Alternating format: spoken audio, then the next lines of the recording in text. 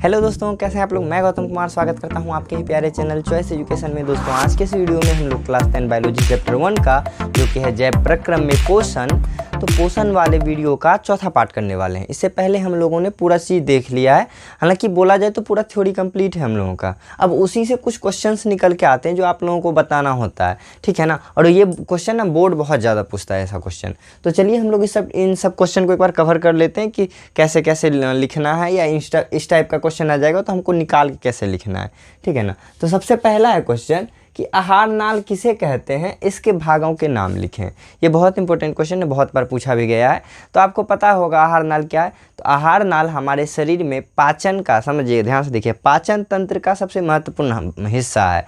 आहार नाल के अंतर्गत यहाँ ध्यान से देखिए, बहुत बच्चे बोल रहे थे सर ह्यूमन डाइजेस्टिव सिस्टम का एक रफ पिक्चर बनाने, तो बता दीजिए कैसे बनाएंगे। तो देखिए मैं यहाँ पे कोशिश करता हूँ, आप लोग भी ऐसे ही टाइप से बनाने का कोशिश। सबसे पहले ना आप मुंह बनाने का कोशिश करो, ठीक है ना। सबसे पहले आप मुंह बनाने की कोशिश करो। ये हमारा मुंह बन के तैयार हो गया। अब यहाँ पे आपको नाक बना लेना है, इसको फिर ऐसे कर देना है, ठीक है। और ये फिर आपको ऐसे ही करके ऐसे कर देना है, ठीक है ना। अब ये देखिए ये ऊपर का हिस्सा हो गया। आप लोग इसको अब नाक को सही से एडजस्ट कर लीजिएगा, अपने हिसाब से टेढ़ा सीधा कर सकते हैं, ठीक है ना। अपने हिसाब से इसको टेढ़ा सीधा कर सकते हैं। मेन मेरा हमको इस पे फोकस रखना है। अब यहाँ से ये इसको ऐसे लाइएगा, ऐसे कर दीजिएगा, ध्यान से देखिएगा। यहाँ पे थोड़ा सा लाड़ ग्रंथि बना देना है, ठीक है ना। इसको यहाँ पे ला करके इधर बेंड कर देना है। बेंड वाले भाग को राउंड शेप दे देना है, ठीक है। और इसके बीच से एक और पाइप निकाल के ले आना नीचे, ठीक है। अब यहाँ पे ऐसे कार्टिलेज टाइप का, सी टाइप का कार्टिलेज लगा दीजिए। ये हमारा ट्रेकिया हो गया, ठीक है। वहाँ तक ट्रेकिया का भाग था, लेकिन ट्रेकिया तो हमारा उस साइड चला गया। अब ये जो नीचे आ रहा है ये आहार नाल का हिस्सा है, ठीक है, हो गया। अब यहाँ से आपको काजू का एक शेप बना लेना है, ठीक है। एक रफ यहाँ ऐसा टाइप का बना लेना है, यहाँ पे ज़्यादा कुछ नहीं करना। फिर इसको आप नीचे कर दीजिएगा पहले, फिर यहाँ का काम करिएगा। अब यहाँ पर से एक बार देखिए, इस टाइप से यहाँ आना है और फिर ऐसे करना है, ठीक है ना। यहाँ ध्यान देखिए, एकदम रफ सा पिक्चर बन रहा है, ठीक है। यहाँ पे फिर ऐसे ही करके आपको गोल सा पैकेट बना देना पित्ताशय का, और यहाँ से ऐसे करके दो लाइन निकाल के इस पर जलेबी छाँक देना है पकड़ के। ये हमारा क्या हो गया, अग्नाशय हो गया। अब देखिए इससे पहले आप छोटी आंत बनाना शुरू करते हैं, जिससे डिस्टर्बेंस हो जाता है आपको। आप छोटी आंत नहीं बनाओ, पहले बड़ी आंत बना लो। कैसे बनेगा बड़ी आंत, यहाँ देखिए, ठीक है। अब यहाँ पे देखिए, इसको इधर से भी कर दीजिए पहले कवर, ठीक है। यहाँ पे थोड़ा सा आप रेक्टम अपेंडिक्स निकाल दीजिएगा, ठीक है। अब इसको यहाँ पे ऐसे कर देना है, ठीक है। अब ये तो ऐसे करके बाहर चला जाएगा, ठीक है, एनस में चला गया ये। अब ये देखिए, इसको भी ऐसे करके कवर कर देना। ये हमारा बड़ी आंत बन गया। अब देखिए इसको क्या करना है, यहीं से इसको यहाँ पे ऐसे ले आना है, और यहाँ पे आप छोटी आंत जैसे मन हो रहा है वैसे बनाते चलिए आप, है ना। जैसा मन कर रहा है, जिधर हाथ जाने का कोशिश कर रहा है बेचारे को, हाथ को उधर ले चले जाना है, और कुछ भी अंदर में लकीर टाइप सा बना देना। ये देखिए हमारा ह्यूमन डाइजेस्टिव सिस्टम बन के तैयार है। अब नामकरण का बात रहा, इसको अब थोड़ा सा शेप दे देना है अच्छा सा। तो इसको हल्का सा शेडिंग कर देना है, ऐसे ऐसे करके, ठीक है। हल्का सा आप शेडिंग कर दोगे तो आपका पिक्चर अच्छा लगने लगेगा देखने में, ठीक है ना। ये हमारा बन के रेडी हो गया। अब इसमें थोड़ा सा और बॉडी भी ऐड कर देना है। इसमें कैसे बॉडी ऐड होगा, तो यहाँ पे लाने के बाद इसको ऐसे कर देना आप, ठीक है ना। यहाँ से ऐसा, यहाँ से ऐसा, ठीक है। ये हमारा मोटा मोटी परीक्षा में नंबर देने इतना तो बन ही गया है। नाम का बात रहा, तो ये हमारा हो गया मुख गुहा, मुख गुहा, माउथ कैविटी या बकल कैविटी जो कहिए, ठीक है। ये हमारा हो गया लाड़ ग्रंथि। ज़्यादा चीज़ का इसमें नाम नहीं लिखना है, जो इम्पोर्टेंट है ना उसका ही सिर्फ नाम लिखना है। अब यहाँ पे आपको सिर्फ ये वाला लाइन में लिख लेना है, ग्रास नली, ग्रास नली हो गया, ठीक है। अब ट्रेकिया आपके मन पे डिपेंड करता है, ट्रेकिया लिखना है या नहीं लिखना है, ज़रूरी तो नहीं है वैसे यहाँ पे। ये आमाशय हो गया, ठीक है। अब इधर लिख दीजिए कुछ, ये यकृत है, ठीक है। और ये इसके बगल में जो था पित्ताशय है, ठीक है। अब इस साइड इसको पेनक्रियाज को इधर लिखते हैं, अग्नाशय है, अग्नाशय हो गया। ऊपर का तो सारा काम हमारा हो गया जो जरूरी वाला चीज़ था। अब नीचे पे आते हैं, ये है हमारा बड़ी आंत, तो इसमें बड़ी आंत लिखिए, या बृहदांत भी इसको लिखा जाता है ना, किताब में बृहदांत लिखा होता है, या पता नहीं ऐसा ही कुछ वर्ड होता है, शायद बोलने में प्रोनाउंस में थोड़ा मिस्टेक हो रहा है, टेंशन नहीं। यहाँ पे इसको ज़्यादा इधर नहीं करना है, हल्का ही बैंड करना, ठीक है। ये अंदर वाला हो गया हमारा छोटी आंत, जिसको क्षुद्रांत बोला जाता है शायद, छोटी आंत, उसको बृहदांत, इसको क्षुद्रांत बोला जाता है हिंदी में, ठीक है ना। अब हिंदी का तो हिंदी होता है, समझ रही हैं आप लोग। अब यहाँ पे आपको लिख देना है, इसको गुदा लिख देना हिंदी में, ठीक है। ये हमारा आहार नाल बन के तैयार हो गया।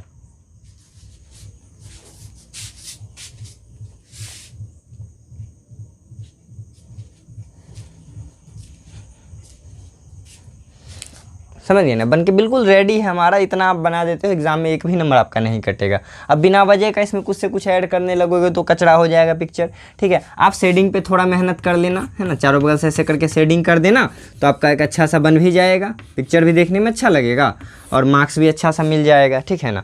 और ज़्यादा कुछ, हाँ इसका नाम लिखना है तो अपेंडिक्स नाम दे दीजिए, वैसे ज़रूरी नहीं है पाचन तंत्र में इसका। अब समझिएगा, कहा क्वेश्चन क्या है हमारा, आहार नाल से आप क्या समझते हैं, तो बोलना है आहार नाल हमारे शरीर में पाचन का सबसे महत्वपूर्ण भाग है।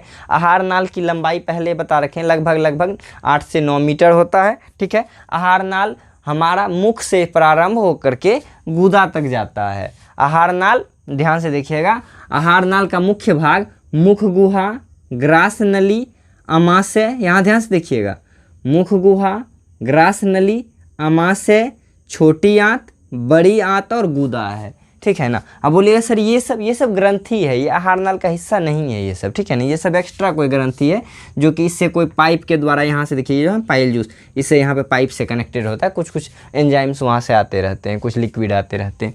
तो ये हो गया हमारा पाचन तंत्र पूरा 100% कंप्लीट और आहार नाल वाला। इसके सब महत्वपूर्ण भागों का नाम लिखें, देखिए लिखा हुआ है, ये मुख गुहा, लार ग्रंथि इसमें नहीं लिखिएगा आप लोग, ग्रास नली, आमाशय, बड़ी आंत और छोटी आंत, लास्ट में गुदा लिख देना है। ये हमारा पूरा आहार नाल वाला क्वेश्चन तो हो गया। अगला क्वेश्चन है, भोजन के पाचन में आमाशय की क्या भूमिका है, या फिर क्वेश्चन इसी टाइप से रहेगा कि हमारे भोजन के पाचन में HCl, जो आमाशय में जो HCl पाया जाता है उसका क्या भूमिका है। तो आपको पिछले ही क्लास में हमने आपको बताया था। यहाँ पे देखिए, उसको मैं यहाँ पे हिंट देता हूँ 2 नंबर क्वेश्चन का। तो आपको सबसे पहले तो बताना है कि आमाशय हमारे शरीर में पाचन तंत्र यानी आहार नाल का एक महत्वपूर्ण भाग है। हमारे शरीर में भोजन जो भी हम मुख के द्वारा ग्रहण करते हैं, उस मुख के द्वारा ग्रहण भोजन को आमाशय तक पहुंचा दिया जाता है, जिसमें वह 3 से 4 घंटे तक आमाशय में रहता है। आमाशय के निचले भाग से, यहाँ देखिए ये है ना, आप एक बार स्क्रीनशॉट ले लो, मैं इसको रफ कर दूंगा, ठीक है ना। चलिए ले लिए। अब ये क्या है बोलिएगा, आमाशय के निचली भाग से HCl का स्राव होता है। जो HCl क्या क्या करता है, पहले भोजन के बड़े टुकड़े को क्या करता है, छोटे टुकड़े में परिवर्तित करता है ना, छोटे टुकड़े में परिवर्तित करता है। पहला काम हो गया किसका, आमाशय में HCl का भूमिका, ध्यान से सुनिएगा। दूसरा काम, यदि आमाशय पूछा कि आमाशय का क्या भूमिका है, तब तो आप 2-3 चीज़ और ऐड कर सकते हैं, लेकिन HCl वाला पूछे तो पहले HCl वाला बताते हैं, फिर उसी में आमाशय आपको क्लियर कर देते हैं। पहला काम तो ये हो गया। दूसरा काम क्या हो जाएगा कि देखिए, हम जो खाना खाते हैं, हमारे मुंह में लार ग्रंथि होता है, लार ग्रंथि से लार निकलता है, जिसमें लाइसोजाइम नाम का एक एंजाइम होता है जो क्या करता है, जीवाणु को मार देता है। लेकिन कुछ जीवाणु जो इससे नहीं मरता है, मजबूत जीवाणु होता है, वो आता है हमारे पेट में। यदि उसको नहीं मारा जाए तो वो हमारे पूरे बॉडी को क्या कर देगा, खराब कर देगा। तो उस चीज़ के लिए ये जो पेट में HCl निकलता है ना, उस सब जीवाणु को जला के मार देता है। यानी दूसरा काम क्या हो गया इसका, जीवाणु को नष्ट करना, है ना, जीवाणु को नष्ट करना। अब हम शॉर्टकट में लिख रहे हैं, आप लोग इसको बढ़िया से लिख लीजिएगा। ये पूछा जाए अमाशय में HCl की क्या भूमिका, बहुत बार बोर्ड ने इस क्वेश्चन को पूछ रखा है, ठीक है ना। तो अमाशय में HCl की क्या भूमिका है, तो आपको ऐसे ही बताना है। ऐसे हमारे बॉडी का अमाशय एक महत्वपूर्ण भाग है जो आहार नाल में यह फलाने ढिकाने जगह पाया जाता है, इसमें भोजन इतना देर रहता है, इसका मुख्य कार्य निम्नलिखित है। ऐसा करके आप दोनों पॉइंट में लिखिएगा, पॉइंट में लिखने से आपको ज़्यादा नंबर मिलता है। हो सके तो आप इस पिक्चर को भी वहाँ पे बना दीजिएगा, ठीक है। ये हो गया। यदि सिर्फ पूछे कि अमाशय का क्या भूमिका है, तो ये सब बात तो लिखोगे ही, क्योंकि ये सब भी तो अमाशय में ही हो रहा है। एक्स्ट्रा में लिखोगे कि हमारे शरीर में प्रोटीन का पाचन यानी प्रोटीन को पेप्टोन में बदलने के लिए अमाशय में ही जठर रस का स्राव होता है। जठर रस में पाया जाने वाला एंजाइम का क्या नाम था, पेप्सिन नाम था, वो प्रोटीन को पेप्टोन में बदल देता है, ठीक है। तो ये आप HCl इसमें लिख सकते हैं अमाशय की भूमिका, बाकी इन दोनों को भी उसमें ऐड कर दीजिएगा। आपका ये भी क्वेश्चन कंप्लीट हो गया। अगला क्वेश्चन है बहुकोशिकीय जीवों में क्या लिखा हुआ, विसरण के द्वारा श्वसन क्यों संभव नहीं है। एक्चुअली ये क्वेश्चन है अगले चैप्टर का, श्वसन चैप्टर का, लेकिन यहाँ पर भी दिया गया है, बोर्ड भी बहुत बार पूछता है और बहुत सारे बुक में आपको इस चैप्टर में ही ये क्वेश्चन दिख जाता है, लेकिन ये एक्चुअली चैप्टर नंबर 2 यानी श्वसन चैप्टर का है ये, ठीक है। हालांकि पहला चैप्टर का ही दूसरा पार्ट है, श्वसन उस चैप्टर का है, लेकिन आप लोग यहाँ पे समझ जाइए। कह रहा है कि हमको पता है ना कि कोशिका में गैस का आदान प्रदान विसरण से हो सकता है, आपको पता है। जब कह रहा है कोशिका में गैस का आदान प्रदान विसरण से हो सकता है, तो नाक का इतना बड़ा सिस्टम बनाने का भगवान को क्या जरूरी पड़ गया था, उसी से काम चला देते। तो कुछ तो ऐसा वजह है ना कि विसरण से हम लोग श्वसन नहीं कर पाते हैं। हमको एकदम नाक वाला सिस्टम यानी एक श्वसन तंत्र बना के दिया गया है, फेफड़ा दिया गया है, कितना नस वगैरह अंदर में दिया हुआ है, बहुत चीज़ होता है अंदर में, बताएंगे अगले चैप्टर में, ठीक है ना। तो ऐसा क्यों जरूरी पड़ता है, तो इसका भी रफली एक आंसर सुन लीजिए, हालांकि अगले चैप्टर में इसको डिटेल में डिस्कस करेंगे। क्या होता है कि हमारे शरीर में विसरण के द्वारा श्वसन संभव नहीं है, क्योंकि जितने भी बहुकोशिकीय जीव होते हैं, यहाँ ध्यान से देखिए, यदि मैं बात करता हूँ एक हाथ का, ये सोचिए कि हाथ है, तो कुछ तो कोशिका हमारे स्किन पे है, मानते हैं ये तो हमारा विसरण कर लेगा, लेकिन हमारे शरीर का क्या सारा कोशिका शरीर के बाहर ही है क्या, नहीं है ना। हमारे शरीर का तो 90% से जब ज़्यादा कोशिका शरीर के अंदर है। अब बताइए, ये तो बेचारा विसरण से अपना काम चला लेगा, लेकिन उसके अंदर में जो है उसको कौन अब खाना पानी देगा, समझ रहे हैं ना। तो ये जो इसके अंदर में जो बैठा हुआ कोशिका है, इसको श्वसन के लिए विसरण पर्याप्त नहीं है, इसके लिए कोई दूसरे प्रक्रिया से यहाँ तक ऑक्सीजन को पहुँचाना पड़ेगा। तो यही हो गया इसका आंसर। तो हम जानते हैं कि बहुकोशिकीय जीवों में श्वसन विसरण के द्वारा संभव नहीं है, क्योंकि जितने भी बहुकोशिकीय जीव होते हैं उसकी अधिकांशतः कोशिका शरीर के अंदर होते हैं। वैसे कोशिका जो सीधे वायुमंडल के संपर्क में हैं, वो वायुमंडल से ऑक्सीजन को ग्रहण कर लेते हैं, किंतु वो कोशिका जो शरीर के अंदर में है, वायुमंडल के सीधे संपर्क में नहीं है, वो ऑक्सीजन नहीं ग्रहण कर सकते हैं, अर्थात उन्हें श्वसन के लिए विसरण नहीं किसी और तंत्र की आवश्यकता होती है। समझ गए ना, इसका यही आंसर हो गया। अगला क्वेश्चन है अप्रकाशीय अभिक्रिया क्या है, थोड़ा पीछे का ही था, एक छूट गया था, ध्यान से देखिएगा। अप्रकाशीय अभिक्रिया क्या है, हालांकि इस पे भी हम लोग अगले चैप्टर में बहुत मजे से पढ़ेंगे। आपको पता होगा पेड़ पौधा सांस में कौन सा गैस लेता है, ऑक्सीजन गैस, छोड़ता कौन सा है, कार्बन डाइऑक्साइड। बोले सर आप तो गलत बोल रहे हैं, हम बिल्कुल सही बोल रहे हैं। जितना भी पेड़ पौधा है ना, श्वसन के लिए ऑक्सीजन ही लेता है। दुनिया में जो भी जीव जंतु देखते हैं आप, वो श्वसन के लिए ऑक्सीजन ही लेगा, एक आध यदि यीस्ट सबको छोड़ दिया जाए तो, ठीक है ना। बिना श्वसन के वो बिना ऑक्सीजन के वो श्वसन कर ही नहीं सकता है। लेकिन आप पढ़ते हैं पेड़ पौधा श्वसन मतलब ऑक्सीजन कार्बन डाइऑक्साइड लेता है, ऑक्सीजन छोड़ता है, ऐसा कुछ नहीं है। पेड़ पौधा को भी श्वसन के लिए ऑक्सीजन ही चाहिए, ठीक है ना। तो रात में क्या होता है, रात में प्रकाश तो होता नहीं है, तो प्रकाश की अनुपस्थिति में होने वाले प्रकाश संश्लेषण को क्या कहेंगे, अप्रकाश अभिक्रिया कहेंगे। बोले सर प्रकाश की उपस्थिति में प्रकाश संश्लेषण होगा कैसे, चांदनी रात में थोड़ा सा भी, आप जानते हैं प्रकाश संश्लेषण के लिए सनलाइट ही जरूरी नहीं है, आपका आर्टिफिशियल लाइट भी काम चला देगा। यानी आपके घर के अंदर कोई पौधा लगा हुआ है तो लोग कहते हैं अरे बाप रे रात में कार्बन डाइऑक्साइड छोड़ेगा, मरिए जाएगा, घर में रखबो नहीं करना, पौधा बेवकूफ़ बनाता है आपको। यदि उस पौधा के बगल में एक छोटा सा 0 वाट का बल्ब लगा दो, इसे 0 वाट तो कहना गलत है, वो जितना भी वाट का छोटा वाला बल्ब होता है जिसको आप 0 वाट कहते हैं, एक छोटा सा LED भी लगा दो ना, वहाँ पे काम चल जाएगा। पेड़ पौधा ये नहीं कहता है भैया हमको सूर्य का रोशनी चाहिए, विटामिन डी खींचेंगे, ऐसा कुछ नहीं कहता है। पेड़ पौधे को ना सिर्फ ऑक्सीजन चाहिए, सनलाइट चाहिए होता है, लाइट चाहिए होता है, चाहे सन से मिल जाए कि लाइट से मिल जाए, LED से मिल जाए, समझ रहे हैं ना। तो ये हमारा हो गया अप्रकाशीय अभिक्रिया। अप्रकाशीय अभिक्रिया किसको कहेंगे, वैसी रासायनिक अभिक्रिया जो पेड़ पौधे में प्रकाश की अनुपस्थिति में होता है, अर्थात रात के समय में होता है। इसी अभिक्रिया को क्या कहते हैं, अप्रकाशीय अभिक्रिया भी कहते हैं। अगला है कि पित्त का पाचन में क्या भूमिका है, ठीक ठीक है। ये जो पित्त है, पित्त समझते हैं ना, पाइल जूस, ये जो पित्ताशय से जो पित्त निकलता है, पित्त रस होता है, इसका क्या भूमिका है पाचन में? तो इसका नॉर्मली देखिए पाचन में तो बेचारे का कोई भूमिका नहीं है, लेकिन हाँ खाना को आगे प्रोसेसिंग में ये बहुत हेल्प करता है, ठीक है ना। आप ध्यान से सुनिएगा इस क्वेश्चन का आंसर। क्वेश्चन नंबर हमारा कितना है? 5 नंबर क्वेश्चन का आंसर क्या बोलेंगे कि पित्त, ये जो पित्ताशय है हमारे शरीर में, इसका क्या भूमिका है, या पित्त का क्या भूमिका है हमारे शरीर में? आपको इसका आंसर देना है कि पित्ताशय यकृत से जुड़ी ग्रंथि है। ध्यान सुनिएगा, पित्ताशय यकृत से जुड़ी एक ऐसी ग्रंथि है जिसमें पित्त रस का स्राव, जिससे पित्त रस का स्राव होते रहता है। पित्त रस में पाया जाने वाला एंजाइम, ध्यान से सुनिएगा, पित्त रस में पाया जाने वाला एंजाइम, यहाँ से देखिए, यहाँ से जो एसिड वाला भोजन गया है वो इस आंत में जाएगा तो आंत जल न जाएगा, क्योंकि एसिड से बचाने के लिए म्यूकस तो इसी पे तक रहता है, आगे तो म्यूकस है नहीं, तो ये जब आगे जाएगा तो खाना तो पेट को जला देगा। तो यहाँ से क्या करता है, ये पित्ताशय होता है ना, ये एक क्षारीय लिक्विड होता है, ठीक है ना। यहाँ से ये क्षार डालने लगता है, और आपको पता होगा अम्ल में क्षार मिलेगा तो लवण तथा जल बना देगा, यानी भोजन को न्यूट्रल कर देगा, वो न्यूट्रलाइजेशन रिएक्शन हो जाएगा वहाँ पे। तो पहला काम तो क्या किया, भोजन के अम्लीय माध्यम को क्षारीय माध्यम प्रदान करने का काम किया कौन? पित्ताशय, पहला काम। दूसरा, हमारे शरीर में ना जितना भी हम लोग खनिज को ग्रहण करते हैं ना, धातु को जो ग्रहण कर लेते हैं, जैसे सोडियम हो गया, क्या कहते हैं आपका आयरन हो गया, जिंक हो गया, इन सब चीज़ों को जब हम ग्रहण करते हैं तो उसका भी पाचन में ना ये पित्त रस बहुत हेल्पफुल होता है। 2 काम हो गया। तीसरा काम क्या करता है, ये यकृत से संबंधित काम है।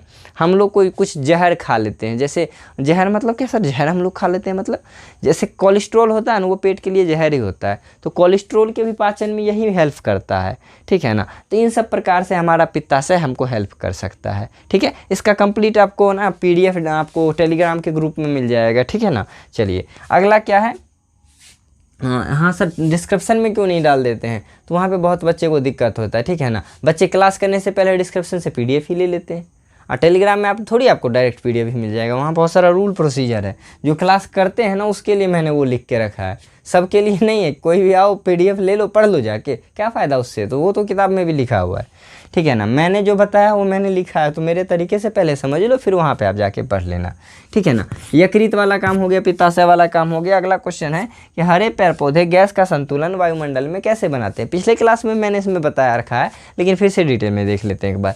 हरे पेड़ पौधे आपको पता होगा प्रकाश संश्लेषण क्रिया के दौरान कार्बन डाइऑक्साइड ग्रहण करते हैं, ऑक्सीजन को मुक्त करते हैं, ठीक है ना। तो ये देखिए, सोचिए कि ये हमारा एक पत्ती है,